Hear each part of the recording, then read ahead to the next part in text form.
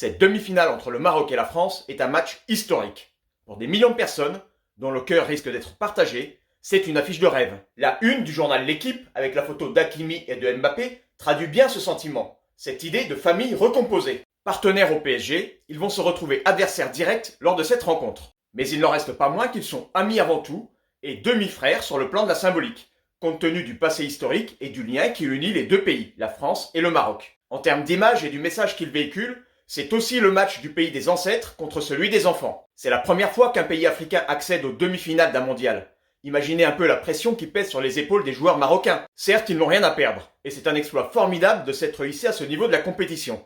Mais les attentes sont immenses. C'est le match d'un pays africain, le dernier en compétition, contre un pays européen. Ils sont encore deux à ce stade.